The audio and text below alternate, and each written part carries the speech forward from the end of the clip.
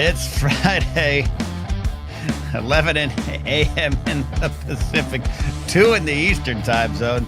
I don't know, 8 p.m. Greenwich Mean Time. I don't track of that. I was going to leave that thumbnail up all day, Alden. Let's just do the entire show with that thumbnail, and we'll just go from there. It's anytime we gotta Ken do Alden. do some classic mouth cutouts. Or some, like some late Clutch night Cargo. TV. Yeah. Exactly. Hey, it's 2 p.m. here on the East Coast. 2 p.m. I just woke up at 1:30 p.m. Explain yourself. I was up really late. I was up until 5 or 5:30, which I've been doing a lot lately, which is not good. I'm doing like high school. Sign of depression. Summer stuff. Maybe. I mean, it might be. Probably is. I have never had a great sleep schedule, but lately I have been just like waiting for the quiet of the house to, it's not like I'm focusing on one thing and that's what's keeping me up. I'm still doing, what's probably ADHD type stuff with like a Star Wars audiobook in my headphones while I'm playing Marvel Rivals, while I'm petting the dog with my other hand. Like, it's just just, I constantly, I all over the place. So I was up till 5:30, and then I woke up and thought I could see Ken in 30 minutes. Look at you. You must be really good in bed to be able to do all those things at once. Look at you. I'm not Put bad. That's they haven't kicked me off the team, but I'm not in an all-star game. Yeah, that's gotta work. You ever hear through a third party a compliment about your own performance? Yes. That I got one of those a couple of years ago that made me feel really, really good, and I've been coasting off of that ever since. So it's just like it's like you get that independent confirmation that you're not bad. That's all you need sometimes. The good old days when I was in love. Today's episode is podcasting while depressed, and we're gonna get serious here. It's there's a lot of reasons to be depressed, Alden, and all of them natural and not wrong. You know what I mean? Like the world, the news headlines, our own lives, and we are not alone. We are just avatars for all of you today. Yeah. But part of it is we doing this show, and beyond just the show, because I don't mind. This is work. I don't mind taking the stage when life is going bad. The day after I found out my life was changing dramatically, you and I did a show. Tears in my eyes, hiding them. It's just the way of it. But beyond that is this world that we're in, where it's creating life while depressed is the bizarre thing to me. Yeah. It's something that we came to while trying to develop a topic for us and for everybody watching / listening. And in that, it came the realization of me sort of like just half joking, but not really, of saying like, well, F it, we should just do podcasting while depressed. Cause it's like, if we go with this topic, it's going to be this. We go with this topic, it's going to be that. There's a frustration to it. There's a resentment that if aimed incorrectly can become, and I'm guilty of this, can become broadcaster versus audience resentment, which is like not really fair. But I think everybody sort of goes through that when you make things where you start to feel that whole aggressive, like, I perform for you. You don't even care. Like, like that comes around. And God. Yeah. And like the first episode of this show we did while there was somebody dying in my house. And then to your point, we did that episode where you going through this massive life change, not having yet revealed it. So it was all behind the scenes. And that's happened more than once of just different circumstances. We had no friends that have been through this. I'm sure plenty of comics and sketch performers that have powered through terrible days, through terrible times. You had to go and do an entire night of comedy, like right after the LA fires this year. And they're still burning. Yeah. So it's like this is reality, and we wanted to sort of get into it in terms of like we really wanted to do a fun show, and we always want to do a fun show, and this will probably still be funny because it is fun to joke about sometimes. I've got some caffeine in me. Yeah, same. Got some fresh coffee here. Got nowhere to be. We're gonna touch on a few news things. We'll touch on some stuff. I teased to Ken off air that I have a special announcement that I want to make for him and for everybody in the chat that I have not yet revealed to anyone. So I got one news story to read you. And part of it too, like we're talking about from us on a show or me taking a stage or just that's your job, right? And you show up to Collider for full time and you're on Movie Talk, but it's life, it's a job. You just had a fight with your boss or this or that or blah, blah, blah. But it's just also this world too, with what's going on in the world. And that's a blanket statement for anything in the news headlines you want to pick.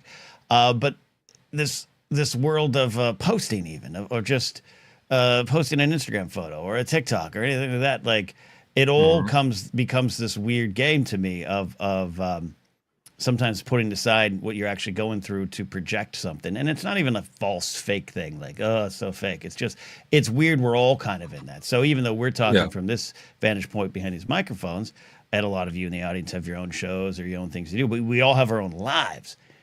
And I'm finding a lot of us just going like, I don't know how to even get through any of this, you know, and they don't have a show. They're a doctor, they're a teacher, they're a delivery man. And that's part of it too for me.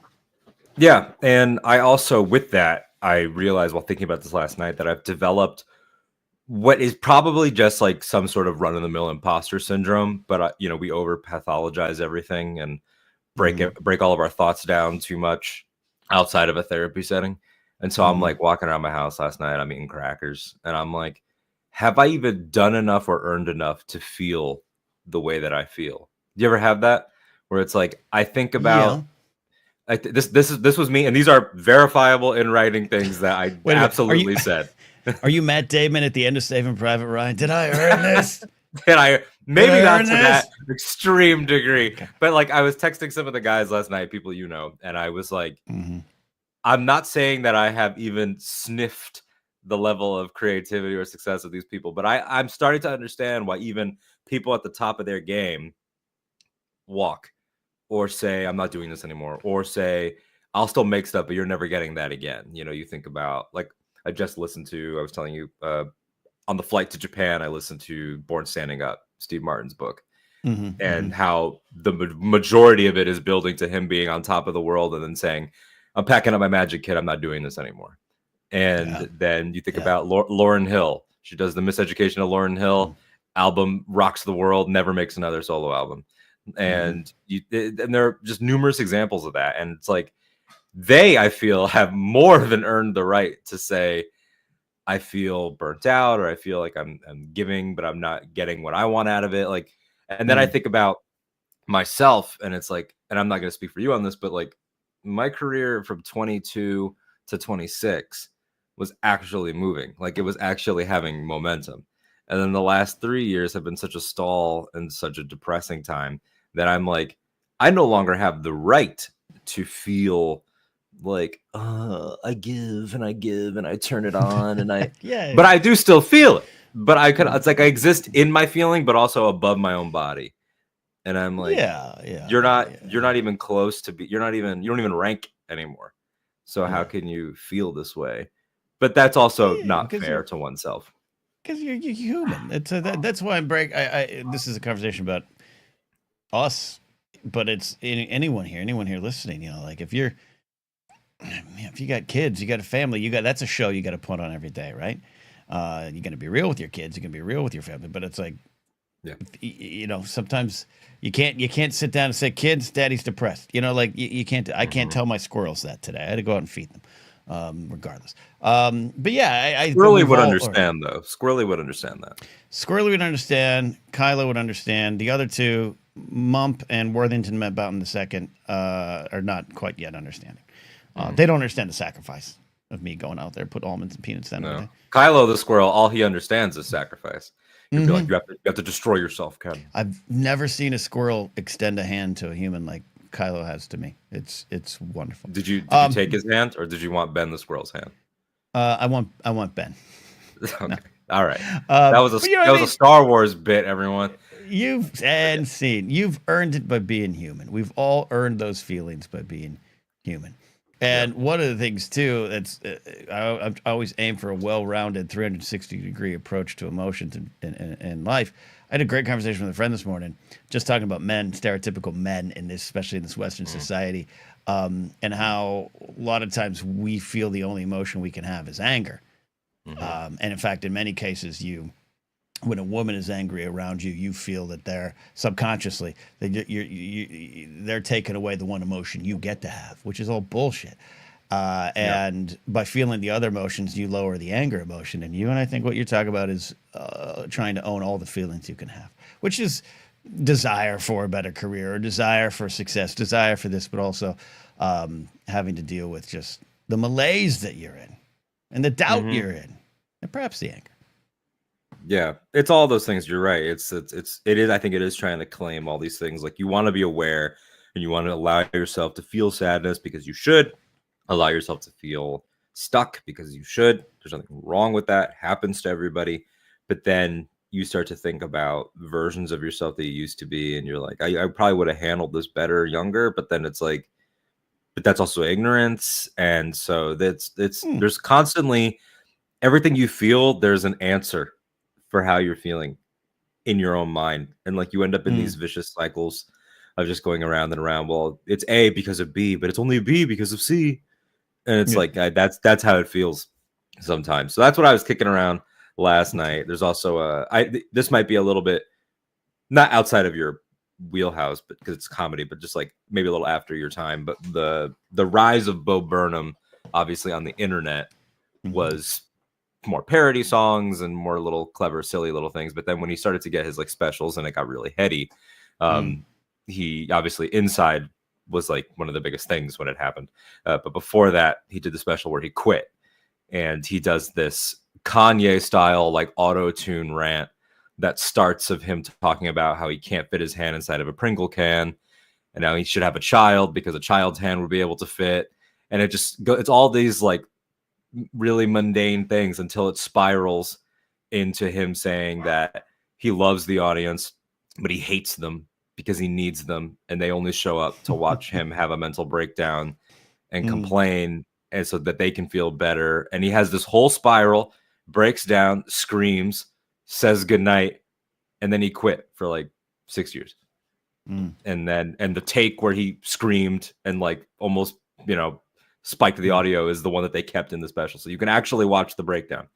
And then he left, and I feel that way sometimes, where I'm like, I hate sometimes, not anyone specifically here in the comments, don't take it personally, but like sometimes I hate the whole idea of what this has become, because broadcasting, when we got into it, was we're going to make the show. And yeah, there is a outward facing element. There's research, there's tests, there's, don't do something that's not working. They don't have the money for that to fail constantly. But there wasn't a constant, like, we are in conversation, we are constantly in conversation, and everybody gets a say, and everybody gets to steer it, and everybody's like, sometimes it's on screen. Like, I could never be one of these big Twitch people where it's like 90% of what they do is just fielding other people's stuff.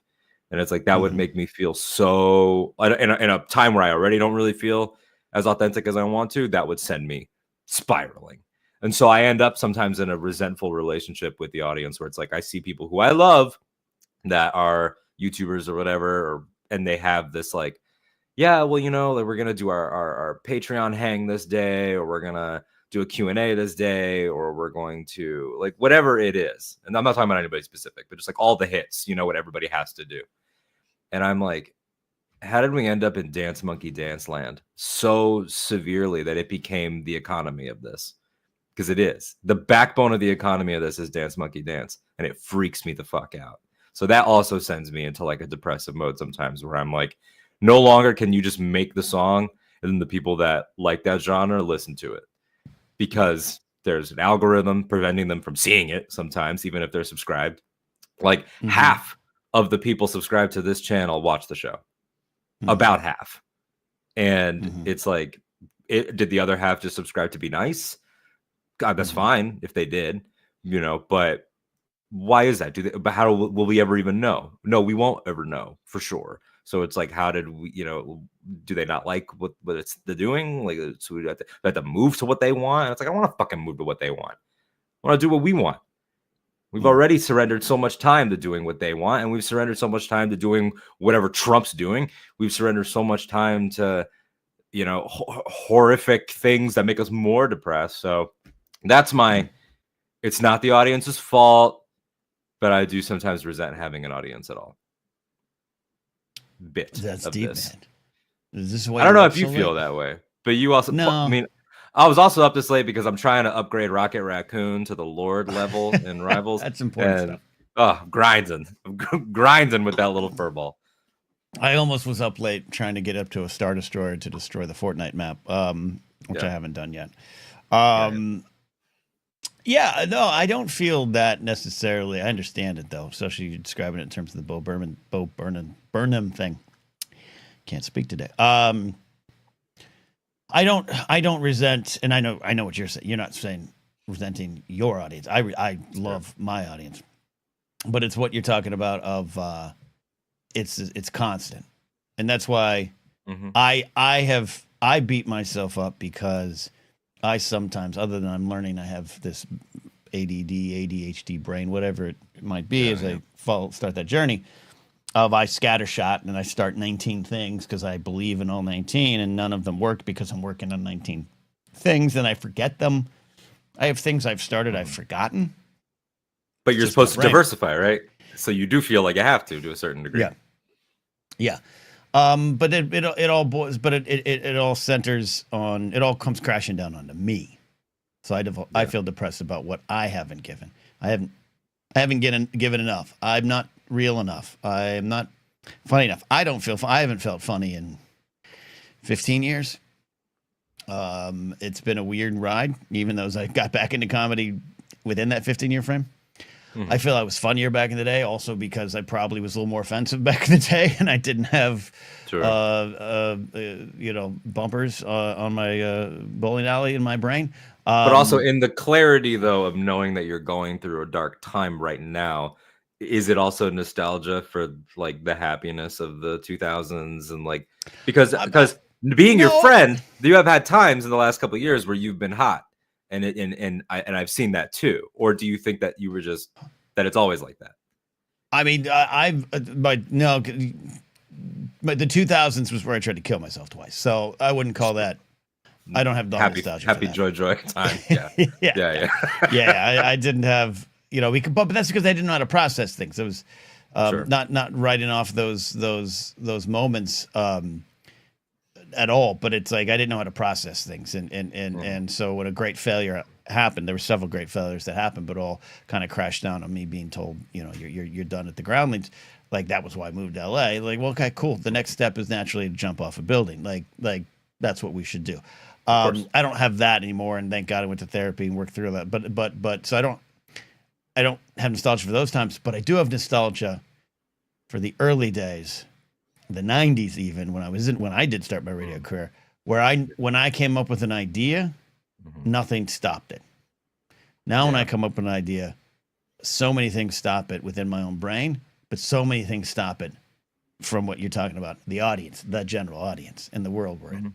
Literally. And again, I'm going to keep caveating that I'm not blaming the audience, because 90% of them just click something to have something to get them through their shitty day. I watch stupid things too. I'm about ready to launch squirrel content.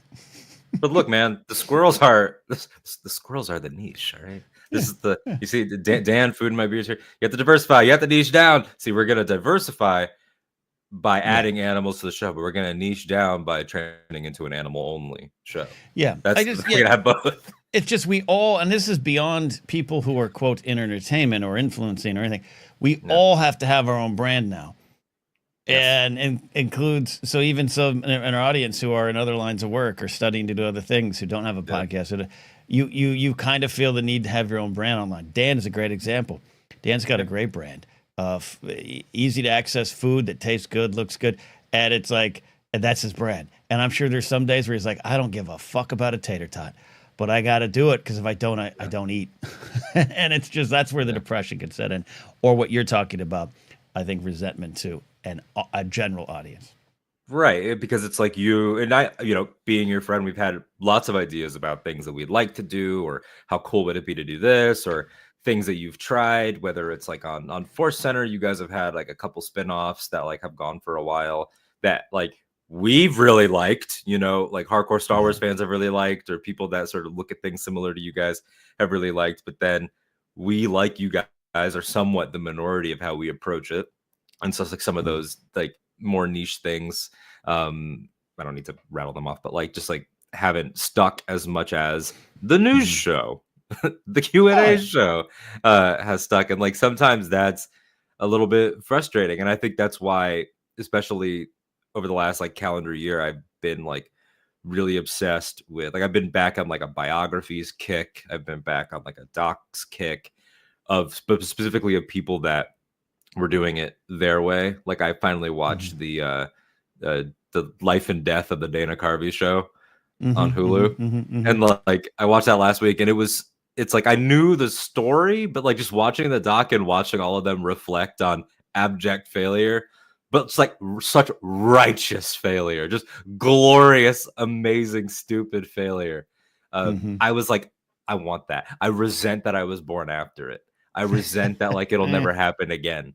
Like I wish that like we could, like I was saying to Ken off air, and we might still do this at some point, but like I wish that we could come up here, have Steve run a screen share, Steve be our mouse or someone. When Steve's, because Steve, speaking of people with other careers, Steve is also a Catholic cardinal, as we know, and so he's very busy. He was up for the papacy. He'll probably never get another chance. Should have been. So it should have been the Pope. But it's like, why don't we come on here and like make dating profiles? Like, why don't we come on here and do like some man on the street bit? Why don't we come on here and do any of the things that we would like to do? Then you need money. And then how do you get that money? Well, that's by, pandering to the audience and clamoring and trying to chat. What do you think? Chat. What do you think? Oh, thanks, chat. And it just becomes this whole thing. Like this is going to sound like it's not related. And I don't, please, nobody be weird about this in the comments, but like there's somebody that I follow, and so does Nikki Kumar, our good friend and my dear brother. And this is an influencer cosplayer model type, right? And she recently got a breast augmentation, and she posted a video and talking about it. Cool, great. And in the video, she said, some people feel like we don't owe our followers explanations for this kind of stuff, but I kind of think I do owe my followers an explanation because you guys this, that, and the other thing. And I was like, how bleak is that? Like, it's her right, of course, especially with something so personal. But how did we end up in a place where it's like what she did with her body warrants an explanation at all? To you guys, to the fucking Instagram chuds, to me, to Nikki Kumar. Like it's so wild that we ended up in that place, but she has bills to pay. And if she's going to do whatever her version of the Dana Carvey show is, whatever her weird thing that she might want to try is, she needs to pay for that. And for that, it's Dance Monkey fucking dance. And it's like, so I constantly end up back in this place where I'm like, everything is the what have you done for me lately model. That's everything. Is what have you done for me lately? And like you and I sometimes become a feedback loop of this because you are me 20 years from now. And Careful. That because it's really freaky, guys. You go back to, there's a picture of Ken, I think it's at the radio station with like Peter Criss makeup on, and or maybe that was a different time. That's a different photo, but yeah, it's a same era. Yeah. But yes, yeah.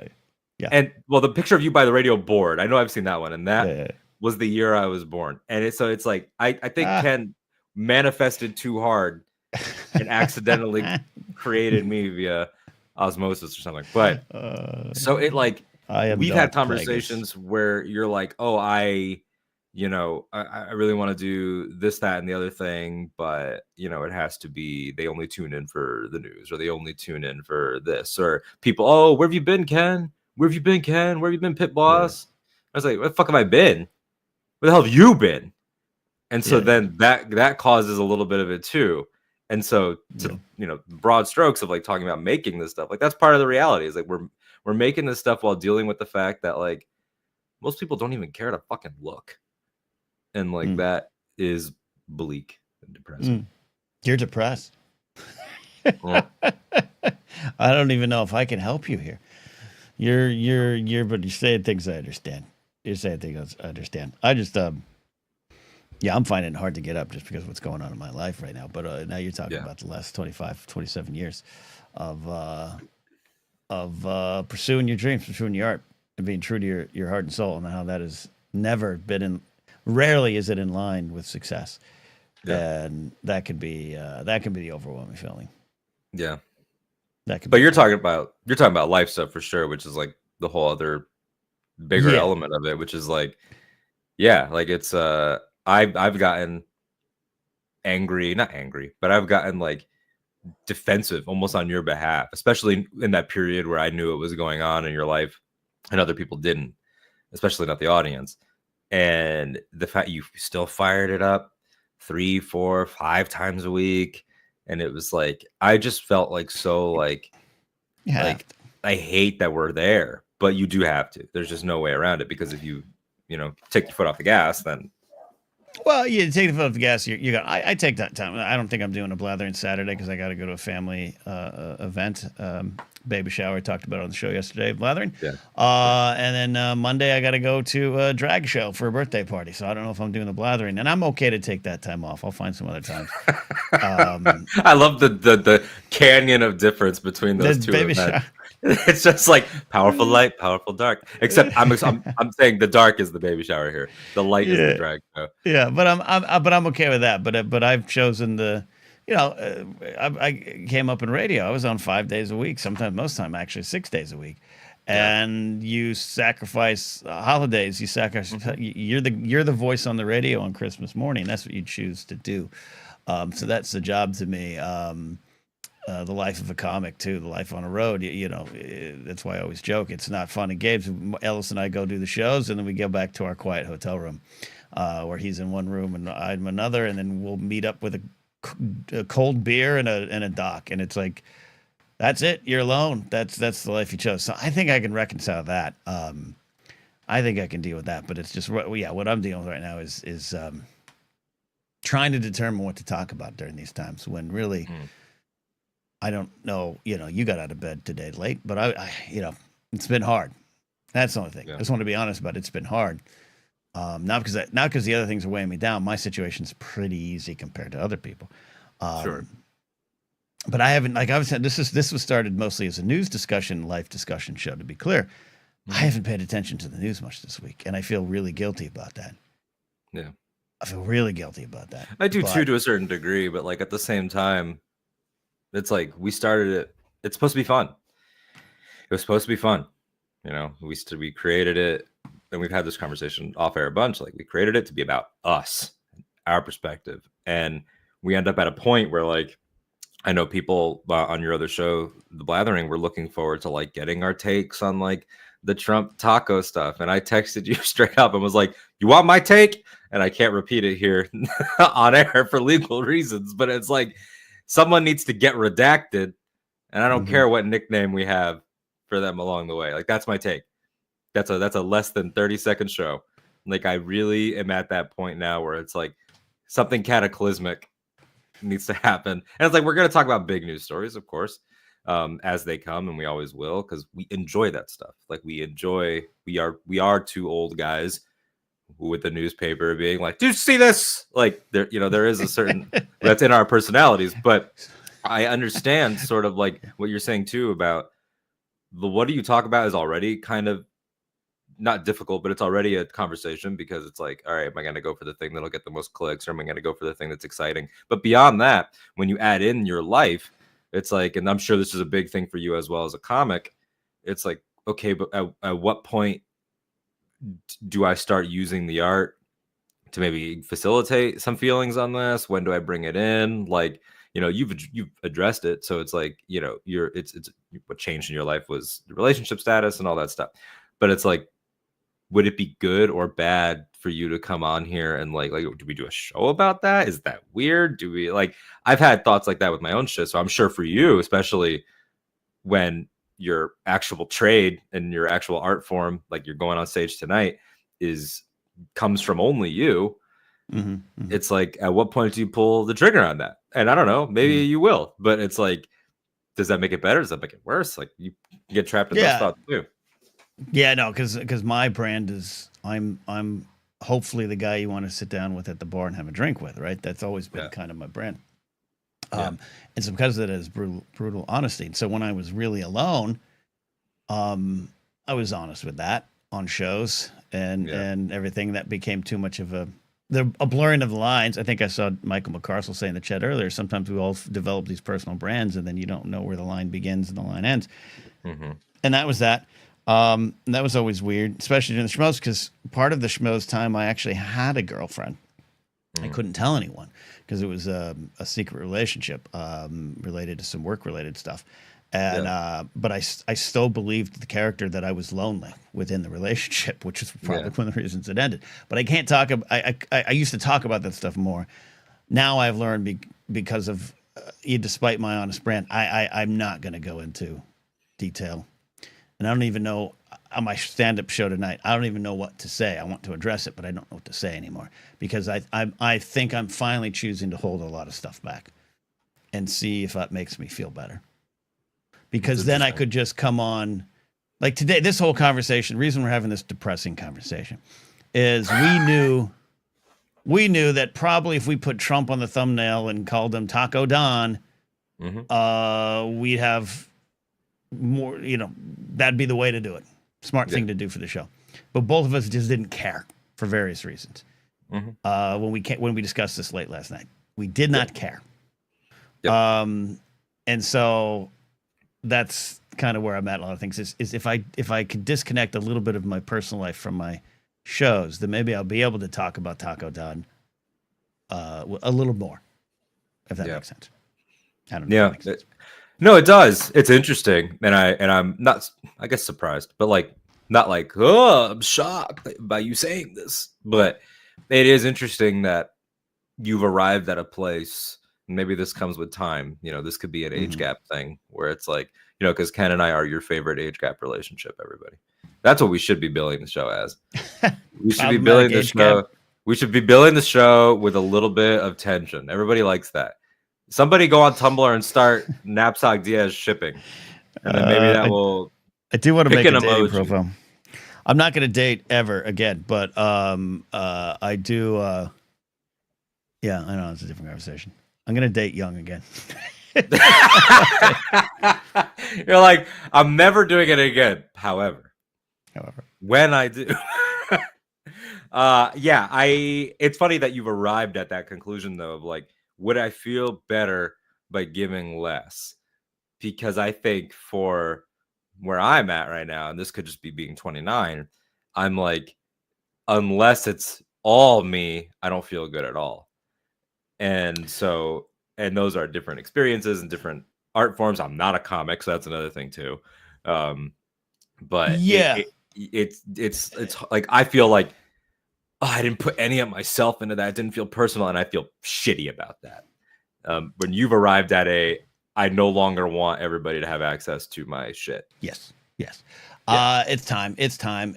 Look, I know friends who are very successful who are pretty Teflon in terms of you can't get in deep to anything, and they're successful and they're great in the town. These are not like film reactors. These are like comics and people I know who are like who are surprisingly guarded. Like you don't know them.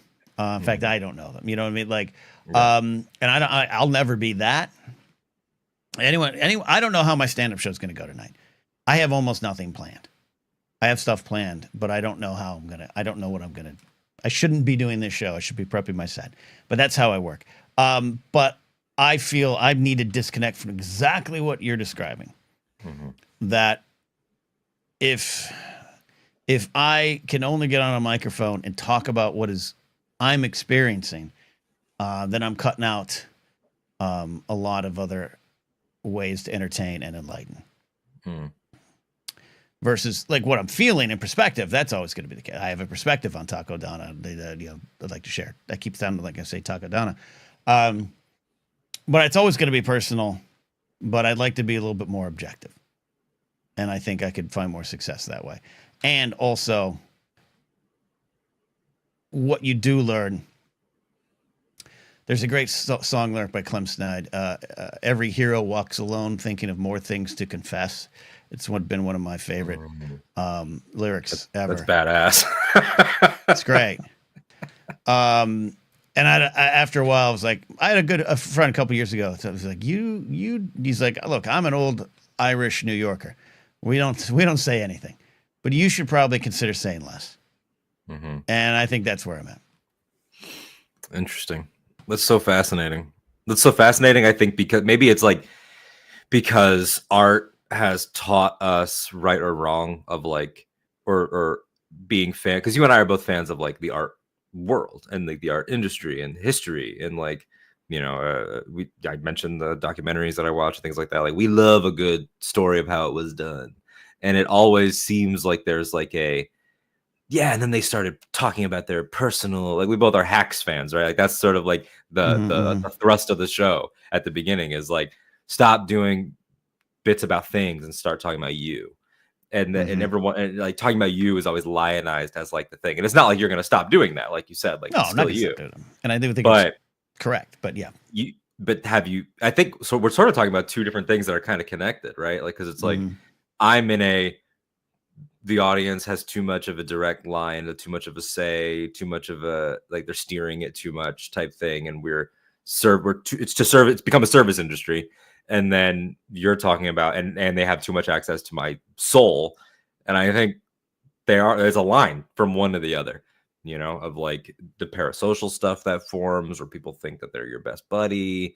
And then it's not even in a bad way, but like, it just becomes this thing where suddenly it's like, they know what's going on with you. Then they expect you to go on this show or blathering or whatever and talk about why a breakup happens. How do you get over it? What advice do you have for me in my breakup that you could put in terms of yours? And like, that is right there and it's easy, but at the same time, it's like, then you start to be like, okay, well, that's not fucking fun at all. Like it's, like yes. And you learn, as I have, there's other people involved.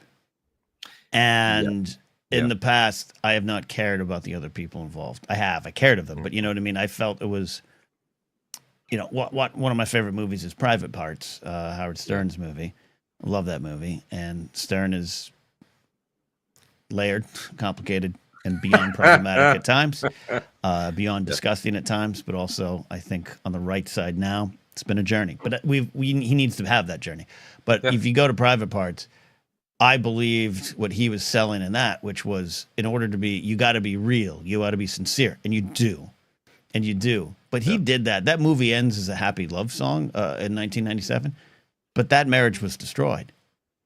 That marriage was destroyed. And he's still pretty honest. And I'm sure Beth, his wife now, right? Her name is Beth.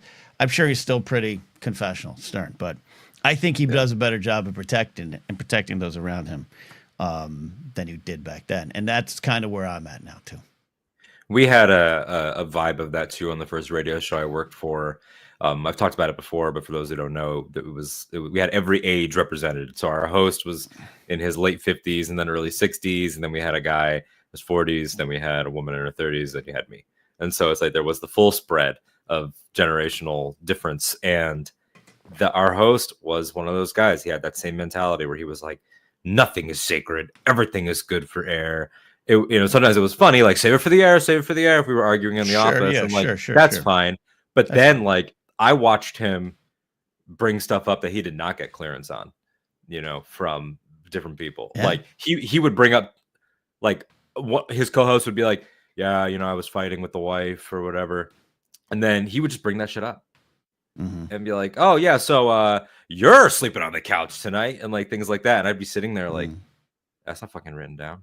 Like, what the hell are you doing? Like, and so I developed like a cover for like a lot of my life in that setting, and he didn't know that I had a girlfriend for the longest time, and he didn't know different things, and like I got really good at having the public facing version of myself at the radio station, and because people do still have that mentality that it's persisted from those generations.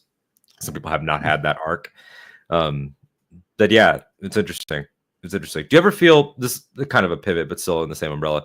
Has there ever been a time where you have ended up in that very romantic, like, because I was in pain, it made the art better moment, or are you someone that thinks that's not true? Oh no, it's unfortunately true. It's Mm. unfortunately true. It's unfortunately true. You know, and that's yeah, that I'm loving a lot of the stuff that's coming out of Bill Burr's mouth about giving up anger. Yeah. And anger's funny. I'm a big Lewis Black fan. I never want Lewis Black to be like, guess what? I'm gonna read tone poems. I'm calm. Yeah, I'm calm. No, and Burr's angry, but Yeah. he has had great conversations, and it's in his last special about men. Again, going back to a center and sort of needing to give that up, because it's not the only thing that can define you. So for me, there's a lot of that. Yes, you wear your heart on your sleeve, and you turn it into great art is a trope that's been out there for a long time. But there's also very funny people, or also very successful people that are well balanced. You know, weird example: David Kelly, at the height of his TV producing powers, was home by 5 o'clock to be with his wife Michelle Pfeiffer and their kids. Like you can do it. One of the greatest. He's not. It's not a perfect example because he's kind of a known a-hole. But Harry Shearer, when he was on SNL in '79, he was a big replacement for the departing Belushi and Aykroyd and that whole gang. But it wasn't the Gene Dominion '80 season. It was the final of Michael's first run. And he was fired midway through. One of the big reasons, there was a little bit of an issue where he wasn't announced as a cast member, even though he was, and there was a little kind of game being played he didn't agree with, and I think he's right. But he also was like, he would show up to work at 10 a.m. to write sketches, and everyone would be like, no, we start at 9 p.m. and we go all night. And he's like, why? You don't have to.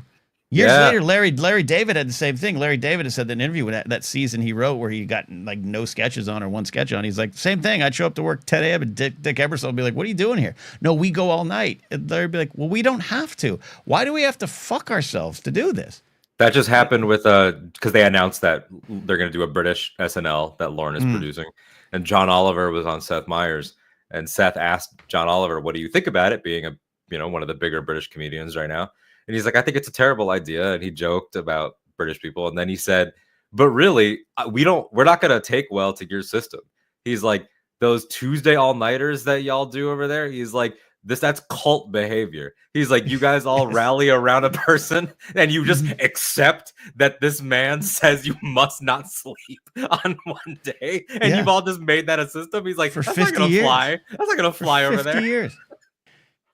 And anyone who's bucked the system is gone, and yeah. And so that you're asking about confessions. It's like, anything works if it's funny, right? Mark Maron is one of my favorite examples of that, especially what he's been going through in the last couple of years with loss and grief. Anything's funny, but it's got to be funny. It's got to be entertaining. And to be that, there's got to be a little bit of a disconnection. So in my early 20s, after I'd had these like suicidal episodes and all this kind of depression, I'd try to talk about it on stage. It wasn't funny. It was depressing. Sure. And it was my own mother was like, I don't know, sometimes people just want to laugh. And it was a lesson that I failed to learn over the years. So I don't want to bleed on stage anymore. I don't want to Van Gogh myself. Yeah. It's not always needed anymore. Yeah, I always think of when they were making Marathon Man. I mean, I wasn't there. I wouldn't be born for like another 20 years. But when they were making Marathon Man, Dustin Hoffman famously was, experimenting with method acting and pushing himself and depriving himself of all the sleep and everything. And then the legend, Sir Laurence Olivier, just, they were talking about it and Hoffman was explaining this process he was doing. Yeah. And Laurence Olivier said, why don't you just try acting? and that's not me shitting on all method actors. There are plenty of method actors I love. But there's something there of like, yeah, one of the greatest to ever do it is just telling you it ain't all that, man. It doesn't need to be that. You could just know your training and do your job. And Yeah, I think we sometimes do like glorify it. You know, I talked about Alanis Morissette last week. I'm going to talk about her again. Alanis, you're always welcome on the show. Where you hear that about her, right? Like, oh, only the first album is good because she was in pain. And it's like, after that, Alanis got happy. She can't make good music now. She's a kid, has kids, and is happy and is rich. And like, it's like, every rock band story that they struggle with. The first album is the 8 years of struggle. The second album is the cocaine and the private jets, right? Like, yeah, that could be a thing, but that's if you're not sure of who you are, you know. Though music's a little different, you know. Music's a little different. But I don't know. I'll say some funny things on stage tonight, I hope, but I'll also say some real things. I need it to be real. It is my art. I just got, and also the times. I gotta have a layer of disconnect. The times reflect that too. Like, I'm not saying the material you were doing, you know, when you were in this dark place 20 years ago would like kill if you did it tonight. Like, I'm not, who knows, but like, no. I do also think that you guys collectively as a comedy culture weren't there yet, which is not, your mom is still right. People do still want to have fun and laugh. Yeah. You know, you shouldn't be like punishing anyone or like, or trying to indict society. You know, I was listening to a podcast the other day with two comedians that I enjoy. And one of them was like, yeah, I mean, like, tell jokes. You're not running for Senate. You're not running for Senate. And I was just like, yeah, she's right. But at the same time, my generation, if you went up there and did that, I think we would give you a little bit more grace on the idea of like, oh, he's saying something real. We as an audience should meet him. We are. That has changed. That has changed a lot, I think. That has changed. But I'm never going to leave it. I think you can't talk about that stuff. But I've learned a little bit, you know, here or even the Blathering. Here, this show was set up different. The Blathering was started out of just me, just being lazy and not wanting to format a show. And now it has a format. When we get into heavy politics, the chat drops. Yeah.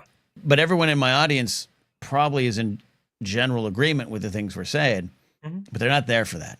That's outside the walls.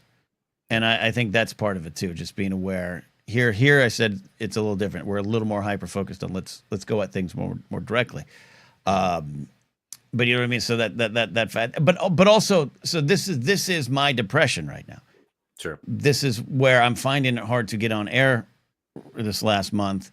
It's because I want to be more disconnected and just have fun while being serious when we want to be, or being angry when we want to be, here, Blathering, Force Center, anywhere. But I'm so down that that's all I can think about. And so therefore I don't want to talk about it, but new Ken doesn't want to talk about it. Yeah. And I don't know what to do on these microphones right now. You're kind of like, it's hard for me to articulate this, but the nerds in the chat will understand what I mean. You're kind of like emotionally Captain America right now. And what I mean by that is like, there's this man at a time thing that's always so compelling about his story, where like, because he existed and then it was frozen and everything. And it's like, it's not a perfect metaphor, but it's the closest thing I could think of, where it's like you spent 20 years sort of like building and changing and like doing all this stuff and becoming, you know, the unproblematic white man that we see now and love, who has aged so well because he's unproblematic. You know, had you gone down the other path, you'd be all wrinkly, you'd be all gross looking. Like, that's a fact of life. That's how you retain these beautiful good looks that you have. But it's like, these cheeks. Look at these cheeks. You became this guy. And it's almost like now it's like he would really serve this, but you are at a time in the sense of where you're like, I also need to reconnect with something fun and something looser and something freer. Yeah. That's not necessarily connected to pain, but it's like you're missing. It's like you are two ships. and you're missing. Inside a man is two ships. It's strange. It's very odd. It is very odd. So what are we gonna do? How are we gonna figure this out? How do you move forward? I don't know, man. I really don't know. I mean, Cymbalta works. Yeah. I know some people have different opinions on this, and that's fine. But like, I'm very pro meds, and I think a lot of my friends would agree with me on that. where we're very open about that as a generation. We compare notes, we ask for reviews, we talk about what we're on. we talk about them like they're Pokemon cards. Like, oh yeah, like I was on a FaceTime the other night with my post high school ex, and we hadn't talked in a long time. And one of the things we talked about is like what meds we're on, and it was a very funny little tangent. And it's like that's all open. So yeah, it's definitely generational. Yeah, I know there was a lot of shame about that for years. I mean, I to this day have not been on any kind of meds, even though my therapist wanted me to back in the day. Just because it's an old school kind of like, nope, I got this. But that's changing in our generation too. Yeah. Well, Svednik, we're not exchanging the pills. I want to be clear about that. There's no pill. We're not doing anything illegal, but we are discussing the stats like they are Pokemon. Yes, we're discussing the stats, the status effects. Yeah, like you find joys in your life, your small joys, friends, squirrels, whatever it is.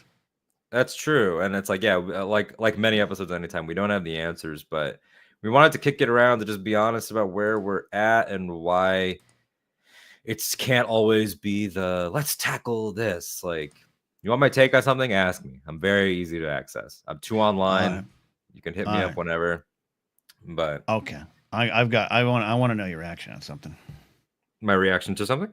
Okay. Yeah, because you got a surprise for me, right? So, I do have a surprise for you. Yeah. Okay, I got a news story. I'm gonna read. Okay. Go for it. Sydney Sweeney selling soap made with drops of her own bathwater from Dr. Squatch. This was the promotion at the end of 2024. Sure. The soap is infused with water from Sweeney's bath during an ad campaign shoot, according to the company's announcement on social media. Only 5,000 bars of the soap will be produced, with 100 bars given away via a contest from May 29th to June 5th through Dr. Squatch. I'd like to get your reaction to that. My immediate reaction is I wasn't aware of the contest portion, and now I want to write a screenplay. We should write a screenplay where it's like the first act of Willy Wonka, where we're cutting to like all these different states. Like, they have the bars. Who got the final Sydney Sweeney bar from the contest? Like, young Charlie Bucket will be rubbing his face with the bathwater of Sydney Sweeney. My reaction to that is, you're a fucking sucker if you buy that. Like, that's my first thing, and that's with everything. Like, there was that popular streamer, Amaranth, the redhead, and where she did that whole like from the MySpace days.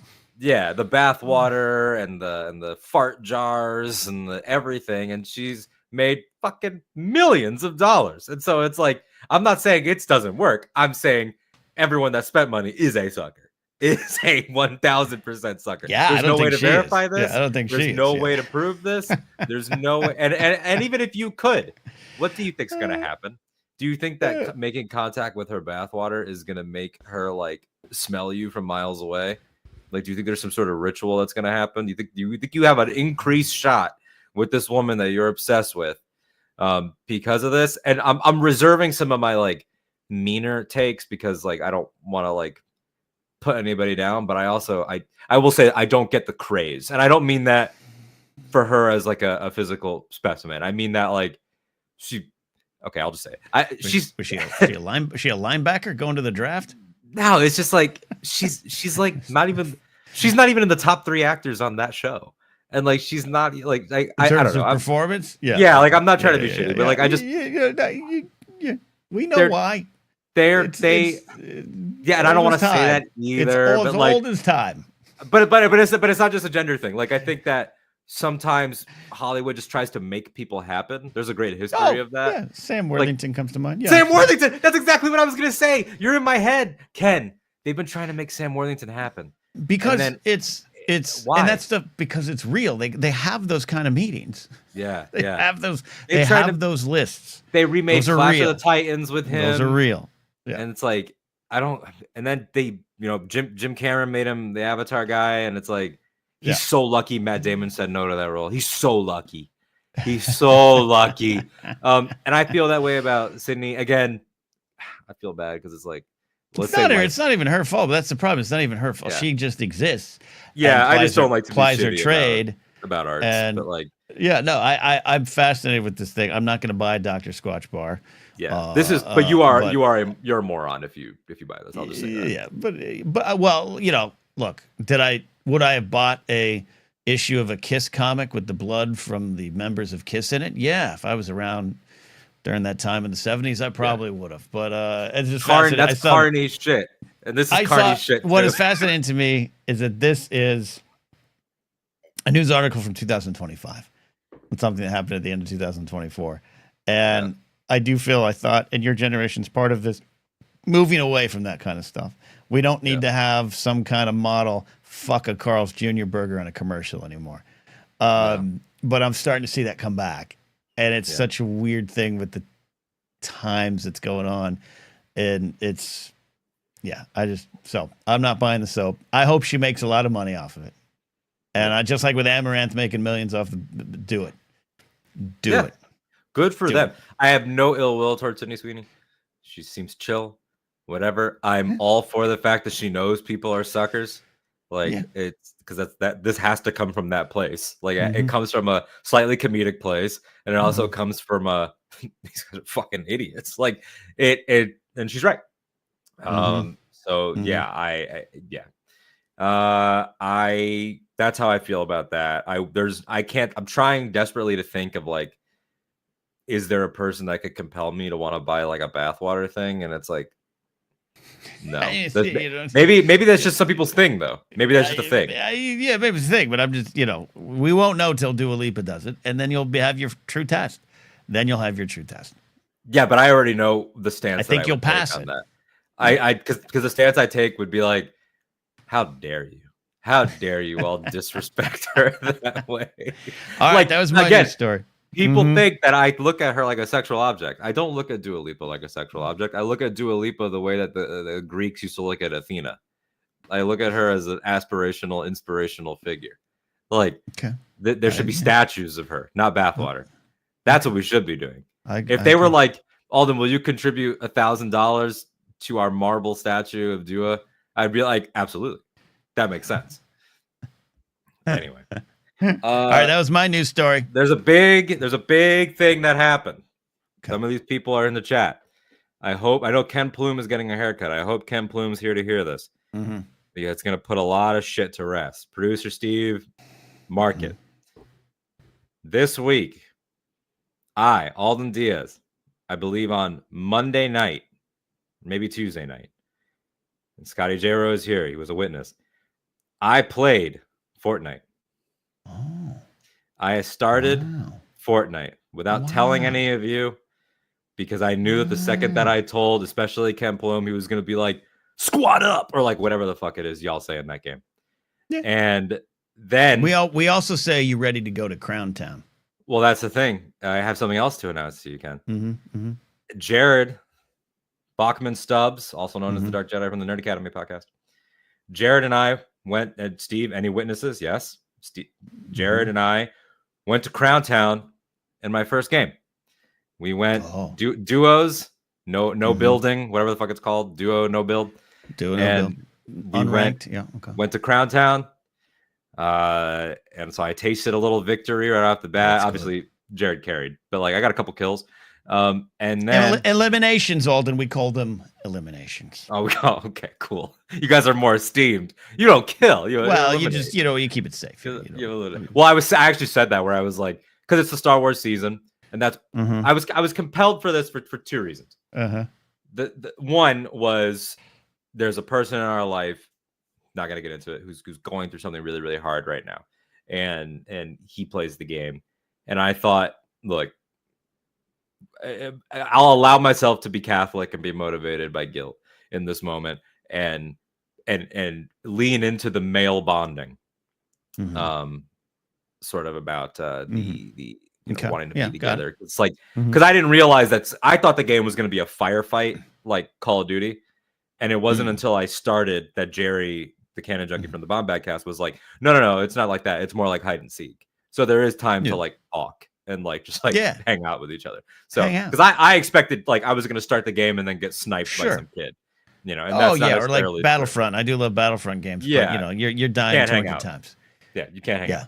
Yeah. So no, you get to hang out. Started it that way, and I was like, let's do some male bonding, and then by the end of the night, there was 7 or 8 of us on there, and we were in different. We were doing trios and quads. If you guys call it quads, I don't know. Squad, sir. Squad. And we were walking around. We're doing that. And I think I played like 4 or 5 games. I haven't played it since. I didn't buy a skin. I was being the generic NPC and counting and laughing at how many times they made me white versus other races. Sure. And happy to report that Fortnite still supports DEI. I played as an Asian woman more often than any other NPC. And I had mixed feelings on it at first. Mm-hmm. When I booted up the game, my first reaction was, quote, "This interface is dog shit." And I mean like the UI of the menu. Like you start that, you don't know where to go. You could see the shop, but like all the modes, I was like, where is regular? Like what is the mode? Where is there a tutorial? Is there is there a range so I can practice shooting? Oh, a range. Okay. Yeah, is there? Okay. I was like, where do I go? And then Jerry was like, just pick no build. Because they described that to me as you'll get like mollywopped by some kids that play Minecraft and know how to build really fast. Oh yeah, the build mode is ridiculous. Yeah, so I was like, not trying to do that. It was going to kill the game. Yeah, the no build mode. Don't want that. Save the game. Yeah, no build was what we did, and then the other thing outside of the wanting to just bond with friends and be there for a pal was what Ken Plume had said, which is like the Star Wars season is going to end, and then you're going to regret not having been there for the Star Warsy stuff. And I will say it's a very fun representation of Star Wars. I'm not going to litigate AI Vader. I'm not going to litigate it. I have mixed feelings on it. I've used it. It's we did hilarious. too. It's funny. it's objectively very funny. It's very funny. But then, like, there's also some things that there's the one thing that Lucasfilm should be concerned about is if you start having a conversation with it about George Lucas and the special editions, it goes into dark places fast. Oh, it's really, okay. Yeah, it's really someone should be notified. Yeah, but yeah, quite frankly, Alden, you should reach out. Yeah, maybe I'll send an email. Darth Vader saying "poo poo" or the N word is the least of their concerns if they're trying to protect the brand, because you could have a conversation with AI Vader about his thoughts on Rey Skywalker. We asked AI Vader about an adult film star, and he addressed her by name. So there are things. We had conversations. I want to say we had conversations and mentioned like a friend's name, and Vader knew who that friend was. Yeah, you told me. It's hilarious. Yeah. So but all that aside, okay. There are things about the Star Wars thing that like it was legitimately pleasing. Like I was not aware of the detail that they had put in of the maps. I was not aware of the fact that like Dakar was there. We were walking around Dakar. I was like, look, this is the hangar where Saw Gerrera shot that guy. Yeah. This is like there's a funness to it. Great. But yeah, all that aside, I played it. I will play with you and Plume. I will play with Steve. I'll play with. I'm not gonna say I'll play with anybody because I'm no fool. I'm not gonna say that. Oh yeah, I don't. Yeah, sorry. Yeah, I don't play with everybody. And you got to be good too. Eventually, you got to. Alden, if we don't go to Crown Town 2 out of every 5 matches, I just don't know what I got for you. There's a friendship ratio. But what really got the blood flowing and like what was the laughter? Like I realized like, oh, I get why you guys all play this, because getting in a vehicle and running some guy down is hilarious. as violent as the game is, as it is, and I'm one of those people that I don't blame heavy metal music for demonic demonic actions in the 80s and or Dungeons and Dragons, and I don't blame video games for violent video games. But it's hard not to kind of look at all these games and go, wow, there are detailed weapons there. You got the Star Wars blasters right now, but when you're playing the game with an AR-15, you're like, this is pretty detailed. But disconnect from that. Get over that. And I know you are. Because there's so much laughter in the game, and there's also frustration. But when you're seeing a car fly over a cliff, or when you trick someone because they jump in your car and you drive into the storm and you leave them there to die, it's worth the entertainment with the world. Yeah. So the fellas allegedly are gifting me a skin because they couldn't gift me a skin for the first 48 hours. I guess that's like in case I'm a scammer or something. Oh, that's good. So they're going to turn me into Black Chrysanthemum the Wookiee, I believe. Oh yeah. Okay. So I don't know. Is Dua in the game? I don't think Dua's in the game. She has music in the game, and Ken Plume has told me that I can expect her to show up in the game because he said there's a pattern of them teasing what musician is coming next based on the trailers. Yeah, and they used Dua Lipa in the Star Wars trailer, so that she would probably be whatever the summer season or whatever. I play as Gaga. Jared was playing as Mace Windu, Scotty as Jar Jar. I played as Dark Jar Jar the other day. I'm playing as Grievous, the Kalish warrior right now. And that's the thing too, is that like I had to respect it when I saw Kalish warrior and when I saw Darth Jar Jar, because it would have been so easy to just make Jar Jar's outfit black and put a cape on him. No, they like got a designer to like make what a Gungan Sith would look like. Like, it's a good outfit. Like, it's objectively a good outfit. Yeah. Well, I have the skin that's General Grievous, but I have it's the Kalish warrior skin, but still with robot arms and legs. It's weird. It's kind of a weird hybrid. But it's like that's not really featured anywhere else. You don't see this a lot in other things. Maybe concept designs. It's pretty fascinating. There's some fans on that staff. You can tell. It's also, they got the best looking Poe Dameron in figure or video game form. They captured him well. That's true. It's fun. I'm glad you're in. I'm glad you're doing. I'm glad you went beyond Alex Dame. I know Alex and Molly are traveling today, so they're probably not watching the show. But like, Alex showed up once, won, and never played again, which I respect. By the way, I respect. Dropped the mic, walked away. But I respect you continue to go and playing with Scotty and Jerry and Jared. That's a good bunch. Played with all those cats, and I'm looking forward to playing with you. And I don't know how much it's going to be like in my game diet when I'm alone, because I'm also playing Marvel Rivals is different, and like that's very time consuming for me. I'm kind of very into that, but like they satisfy different tones. Like Rivals, I'm trying to put together a team. I'm trying to get these guys to play with me, but Rivals, it's like there's 3 different roles. It's like it is a firefight. Like it's a little bit like there's no time to hang out, and it's like if I'm screaming at you to heal me while I'm Thor and I'm holding it down with my hammer, and you're not healing with me, I'm gonna be pissed. But in Fortnite, I feel like it's not an angry. I mean, I'm sure some people get angry, but like I never got angry when I died in Fortnite. It was just like it's just funny. Like I got shot and I ended up crawling, and then the storm was coming up behind me, and watching Scotty as Jar Jar Binks run past me, and then me screaming into my mic for him to pick me up, and then he did, and then watching Jar Jar carrying someone on his back while the storm was coming. That's just that is Jar Jar comedy. It is. It's funny. I love the game. I don't care if I'm part of a larger societal problem. It's gotten me through a lot of tough times. So thank you, Fortnite. And Dark Ray is coming. I think that's going to be one of the final things in the Star Wars mode. And then get on out of here. Move on to something else. Love the map change too. Well, good. This is good news. Good news. We'll play soon. I'm almost out here. I got forced in live at 2:00. So we got a couple of news stories. Is that that was the big surprise? I'm assuming that was my surprise. That's a good surprise. And honestly, I thought Plume was going to be here. Plume's going to be like, I don't believe it. But there's a lot of witnesses, Ken. There's a lot of witnesses, Ken Plume. Dark Ray's coming, Brady. Dark Ray and Last Jedi Ray and maybe a couple other things. So they're ending this with like a Death Star event, right? Next week.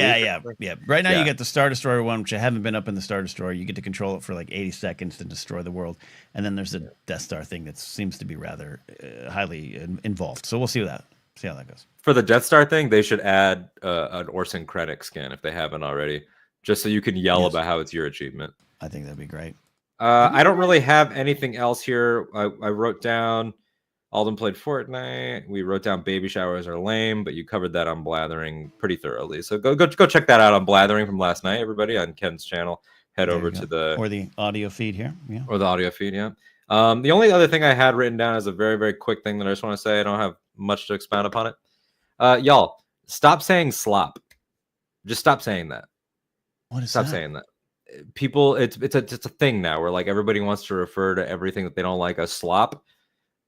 Like, that's just slop. Star Wars, Andor is not like that other stuff. You know, the other stuff's just corporate slop. Stop fucking saying that. I judge you whenever you do. Okay. And I'm not, and don't tell me what to do, Alden. No, I am telling you what to do. It's stupid. You know, AI art should be called AI slop. Gen AI images, fucking slop. But just because you didn't like Thunderbolts doesn't mean it's slop. It's just as hard to make a bad, used very loosely, bad film. It is the new mid, Michael McCarthy. You're right. It's just as hard to make a bad film, book, comic, song as it is to make a good one. Regardless of how you feel about like, no, it's not Alden because Christopher Nolan works harder. That's not what I'm talking about. Like I'm saying, it's borderline fucking disrespectful to be like, well, you know, Kevin Feige, he just makes slop. And it's like, don't try to out clever me either by being like, oh, you're defending a corp. There's no argument that you can give me that I haven't already thought of. All right. This is debate team Alden coming here. I will smoke you like a Christmas ham. Like, there is no angle you can come at me here. Saying slop is cringe. Stop doing it.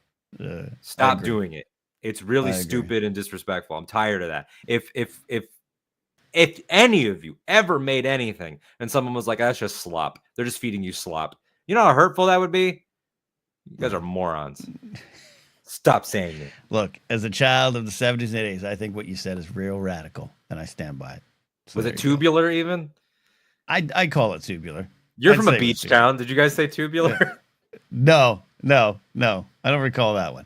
Radical, rad, gnarly. Gnarly was a big one. Yeah. Gnarly was perhaps the one that we used the most. Gnarly, dude. Gnarly. Alden, we're going to get through this. I hope so. To those listening or watching, hey, yeah, a little bit of a downer of an episode, maybe. Get a drink. I understand if you drink. But we're going to get through this together. This is what the show's about, working through all the things going on in our lives, out in the world, and hopefully doing it in a non-slop way. All right. We'll see you. Bye.